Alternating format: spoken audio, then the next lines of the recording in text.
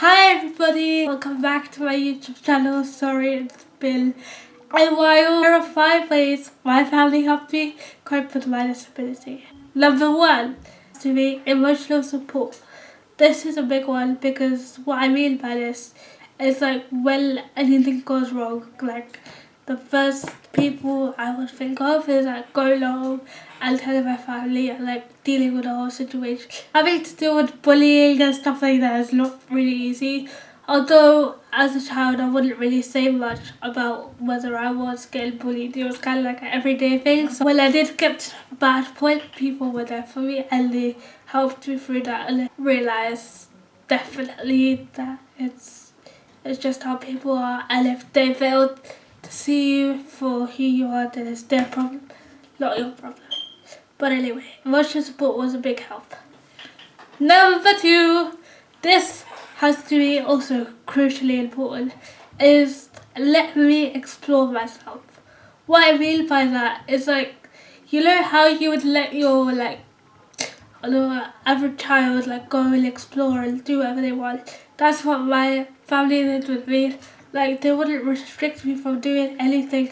Like anytime I would come home and I'd go to my mum and dad, oh I want to do this, I want to do acting, or I want to go into theatre, and they were like, cool, search up some places that you can find that do acting for disabled people or anything like that, and just go for it. Like there was no limit.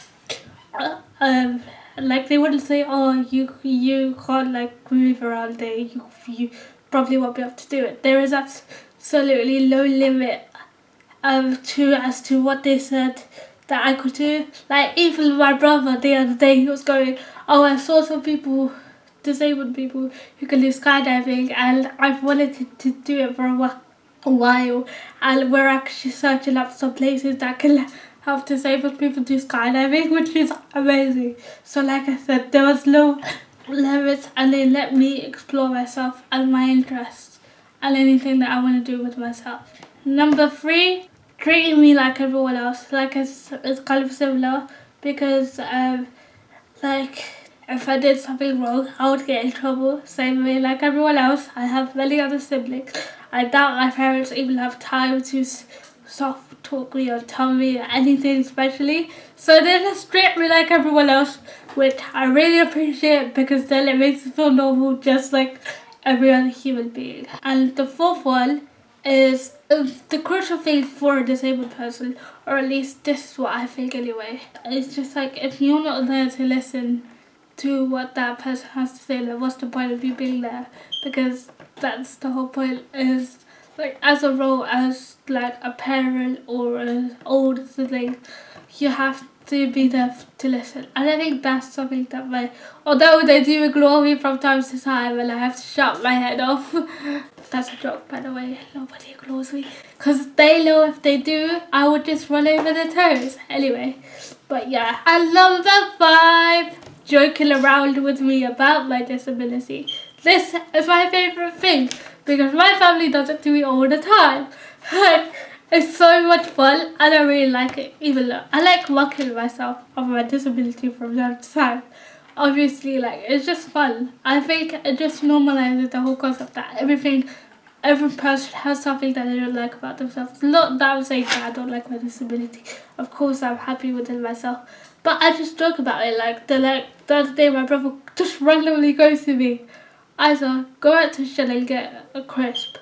And I know shed I can't really go out the garden that but and I was just looking at him. I was like, are you serious, mate? And he's like, oh yeah, I lost my mind for a second.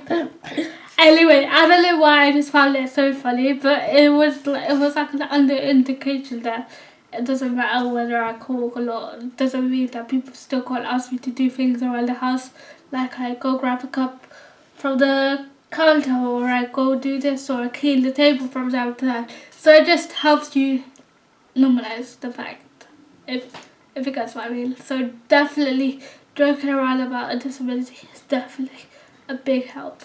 And also, whenever people on the street don't move out the way, everyone in my family would just say the one thing to me: as the next time anyone doesn't move out your way, run them over. And believe me, you do not know how many times I was tempted. It was unreal. But anyway.